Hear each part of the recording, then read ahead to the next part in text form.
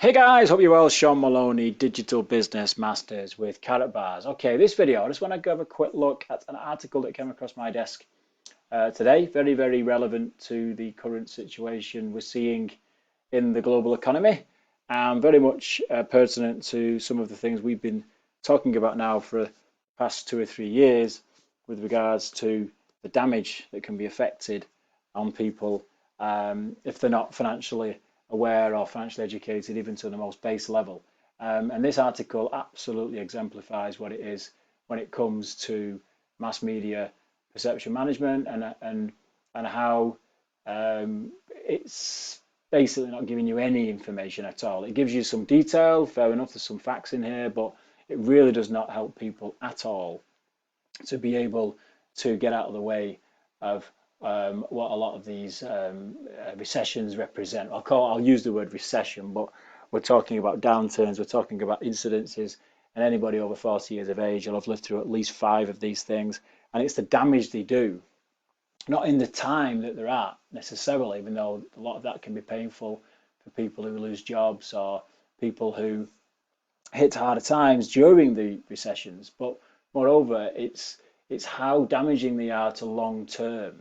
I call it death by a thousand cuts. Okay, so people like this Patrick Collinson here, who's written this article. What I like to do is obviously read the articles, give them the benefit of the doubt, but then when I see what I see, I go back and find out who these people are and find out what they've got in order to present this type of information. So this is Patrick Collinson here, just straightly through LinkedIn.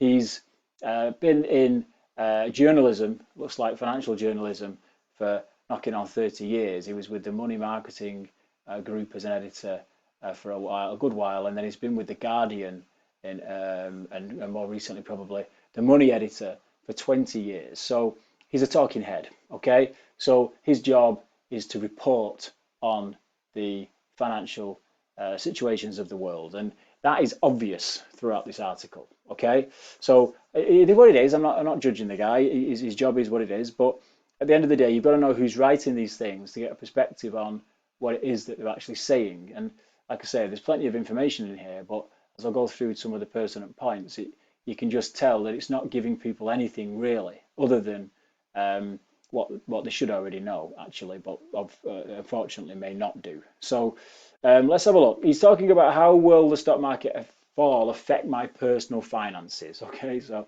a big subject. The coronavirus outbreak has caused panic. We look at how it will impact your pension savings and investments. So he's using words like will. Okay, so first of all, there's some alarm bells to be had. How badly has my pension been hit is the first question. So he's written this in a broad question and answer type format. He's saying it's bad, but not as grim as the headline falls in the FTSE or Dow suggests. Yeah, so he's writing it in a soft manner. But the bottom line is, if these numbers are to be believed, and no reason why we shouldn't believe them, but it still gives you the background to all this. He's basically saying that the broad rule of thumb is that for every 10% fall in something like the FTSE, this is a UK-based presentation today, and the FTSE is obviously the London Stock Exchange, or one of the stock exchanges in London, and for every 10% fall in this particular Financial Times exchange, then you'll see about a 5 to 6% fall in your funds that of anything held inside. For example, if your pension is based on stocks 100%, then it will fall by 5 to 6%. So it's a big impact, okay? And he's written this article and writing this article to talk about the impact, because he's basically telling us that you'll have seen a 9 to 11% fall so far based on the 19% drop we've seen just in the past couple of days on the FTSE. So then he goes on to say, I'm in the government's auto-enrolment pension scheme. How's that coping? Well, he reminds us that a good proportion of the British workforce now are inside this private scheme called Nest. It's been in now a policy that's been in place by the government of the UK for some years now, and everybody is supposed to be involved with this. And he's telling us the good news is that the main fund is only 52% invested in shares, okay, with much of the rest of the money in government and corporate bonds, okay. So he's basically trying to say that only 52% of the effects of the current fall in the FTSE is affecting these particular schemes. The rest of it is inside government and corporate bonds. Now, he's saying that as if it's not affecting government and corporate bonds. The thing about bonds is that they're basically riding on the back of derivatives themselves. Okay, so they're driven by bonds issued by the governments to central banks that then give the central banks the ability to create new currency. So a lot of quantitative easing, for example, is done through this type of technique. So, you know, he's alluding to the fact that you're not completely exposed to the stock markets, which is true in these nest pension schemes. But on the other hand, as if it's safer because you're inside corporate or government bonds is hardly anything to be comfortable about. Nest, in common with other pension providers, does not give daily updates. Again, it's all part of the perception management, the smoke and mirrors. You know, it's done periodically, and you'll see effects much later down the track when it comes to the other half of these nest pension policies. The bottom line is that if you're 100% reliant on bosses, banks and governments, then you are going to succumb to both types of investment, okay, or all types of investment, be it bonds, property, stock, cash.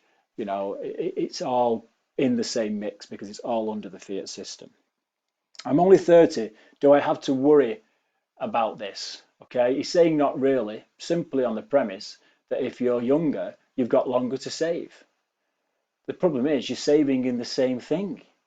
So if you're going to have more time ahead of you, then of course the coronavirus in 2020 for a 30-year-old is not something to immediately worry about. But what is to worry about is the fact you're probably going to spend the next 20, 30, 40 years putting your money in the same stocks, the same bonds, the same fiat-based products to leave you in the same place as your parents and grandparents. That's what you really should be worrying about. So he's basically saying, stay as you are, don't worry about it, move forward if you're 30 years of age. Okay, I beg to differ. I am close to retirement, so the other end of the working spectrum. Am I hit? Am I worse hit? And he's basically saying, yes, you are. And then he's got the audacity to say, a typical worker in the 50s, 60s, perhaps accumulated £250,000, which over a lifetime of another 20 years is absolutely peanuts. You know, you need much more than that in a pension scheme if you're going to live the same type of lifestyle you had when you were working. That's a whole different topic. But many schemes have lifestyled you away from shares and into bonds, as if that's a good thing. But nonetheless, based on the same point in the nest pensions, it's still going to be a blow. You'll either have to work longer or accept a lower income, as if it's not already low enough. Or keep your fingers crossed that the markets might bounce back. So this guy's basically saying to us, okay, if you're already spent 40 years working and you've filled up a pension pot to around £250,000, then fortunately some of your fund managers may have lifestyled you into bonds away from shares, so it's not going to be as impactful, but there still will be a blow. Oh, and never mind, if that's all the case, just resign yourself to the fact you're going to have to work longer or keep your fingers crossed. I mean, it's if it wasn't so tragic, it'd be funny. I'm a teacher, local government, worker, firefighter, nurse. In other words, you're in a final salary scheme. Am I safe? His direct response is yes. He's telling us that the scheme is guaranteed by the government, fundamentally, to pay out depending on your career average salary. But the underlying scheme will be invested in shares and bonds, so will still be hurting. But for some magical reason, because it's guaranteed by the government, it's able to be less hurting than a private pension. Yeah, this is what you're dealing with these days. You've got these two churches going on. Okay, it's the word guarantee that's the problem. There's no doubt the government will be under high obligation to make sure that this generation of people today and the older generation now in retirement will need to be paid. There's no question about that. The question is, where's the money going to come from? His answer is, you will either have to pump more money into the scheme or demand extra contributions from workers today. It's very, very likely for those guarantees to be placed that will have to happen. The extra money for the scheme is only going to come from one place, that's called taxation, and that'll be taxing your children and grandchildren. And those people are already struggling to pay off student loans, get on the housing ladder, afford mortgages, afford deposits, even leave the family home. And the government, all the government can say is we're going to guarantee these pension funds for future generations, and we're going to do that by pumping more money into the scheme. Or they're going to demand more from the workers today, which means less lifestyle opportunity for workers today for doing those very important jobs. Yeah, absolutely laughable that you can write that down in a paragraph. Is there much I can do with my pension? Well, this is an interesting one because yes, there is, and he's right, there is. However, very few people do. This all comes back to this perception management and people being lulled into a false sense of security by these words like guaranteed. Okay, it's about financial education fundamentally and the need for people to take responsibility, because the scheme generally allows people to take a view on the value of the investment and the choice to allocate them between funds, zero risk, cash type funds, which is hardly zero risk because cash is fiat currency, so it's highly risky. It's falling into purchasing power every single hour, or to high risk equities. Yeah, and people do have the choice to do that. You'll pick up your phone today, if they answer the phone, on the 10th of March 2020, and speak to your fund manager and see what they're doing about this problem. The vast majority don't do that. They leave it in the default fund, typically 60% in shares such as on the FTSE or the Dow or the S&P or wherever, which country you're in, and the rest in bonds and property. That is what you're relying on. You're relying on full fiat system products based on bonds, which is printed money, or the right to print money, property, and the stock market. And you're putting your whole future inside that. The vast majority of people are putting the whole future inside that type of strategy. Okay, our argument at DBM Wealth and what we do with carrot bars is don't be 100% reliant on that. Diversify away to things that you control. Precious metals and blockchain technologies being the best and most efficient way for you to control it. No middlemen, it's all peer-to-peer. You own the physical asset in your hand, no futures, no derivatives, not relying on anybody else, no counterparty risk. That's a much, much sensible way of controlling your own future than relying on what this guy's talking about in this article. What about my ISAs? This just puts the cherry on the cake. What about my ISAs? Are they in free fall? Okay. It can get very ugly because there are two types of ISAs. There's cash ISAs, deposits in the bank or building society, and they're not directly affected by stock market falls, even though a lot of the banks are obviously inside the stock market system. And there are share ISAs, and they're very much affected, obviously. And people are mainly oblivious to that. Yeah, these will be 100% invested in mix of shares and seeing falls of 20% or more right now. Okay, so obviously people sit back and hope for the best and hopefully everything blows over, but you're still inside this full fiat system, whether you're in cash ISAs or stock ISAs. All the money the fund managers and everybody else, they'll move things around to the best they can, but ultimately they're making the fees anyway. It's your money that's being eaten away. And if it's only based on fiat, its purchasing power is falling as well as the falls you see periodically in stock crashes. Should I sell now or are things going to get worse? Well, I'm not even going to go through this because it's obvious that nobody should react in these short-term incidences. And this is what this guy's saying as well, so fair enough. But in terms of riding it through, it's not about selling to protect yourself from your financial situation. It's educating yourself and making sure that you take control rather than leaving everything with these fund managers, be it on the bond markets, be it on the stock markets, be it wherever they are. These fund managers are inside the fiat system. Okay, their job is to move money around and take fees to live their lives, not to protect your life.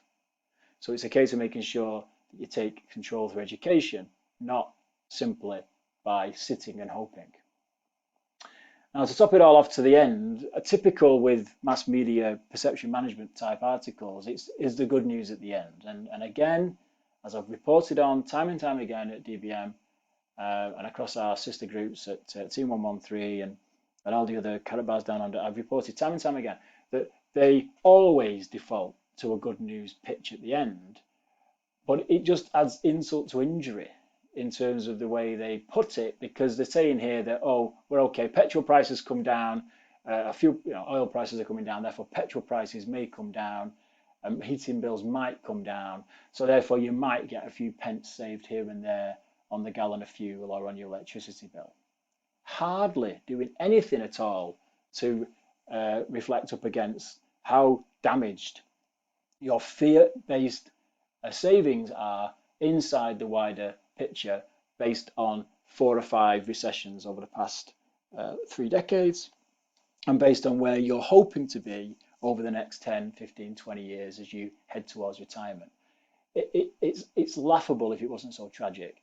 And this is typical of what these mass media people put out there, because it's just moving deck chairs on the Titanic, and it's got to change, and people have to take responsibility. So the sooner these people, 30 years this guy's been in money reporting, he should know that there are many, many other things that go on inside this bigger system, but no.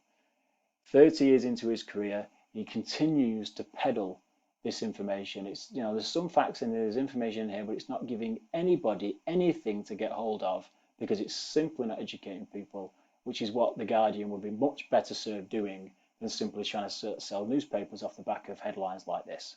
Okay, so that's my rant for today, guys. Hopefully this has been helpful.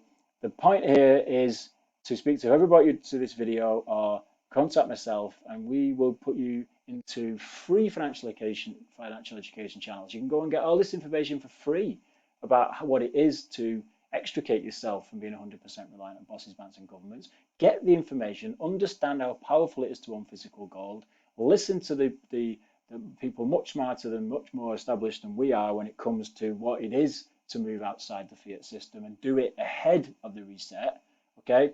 Because this episode right now is just another nail in the coffin for the fiat system. The whole thing is going to have to go through a significant change, and you may as well protect yourself outside that in whatever level you can, rather than being 100% inside some of this poor advice, this peddled media that is simply telling you to work longer, take reductions in your payouts, hope for the best, don't worry if you're younger. It's not really telling you anything other than you're just going to have to suck it up. Okay, and that is not good enough. It's not fair, and it's time that information was put out there into the markets to show that people can take control of their own financial destiny. And that's certainly what we try and do at Digital Business Masters with projects like Carrot Bars, and we've helped thousands and thousands of people now to be in a much more secure place under their own private ownership of physical gold and blockchain based positions. Okay, so my name is Sean Maloney, Digital Business Masters with the Billionaire Club. You can find my link below, or you can speak to the person who brought you to this video, and I'll see you next time.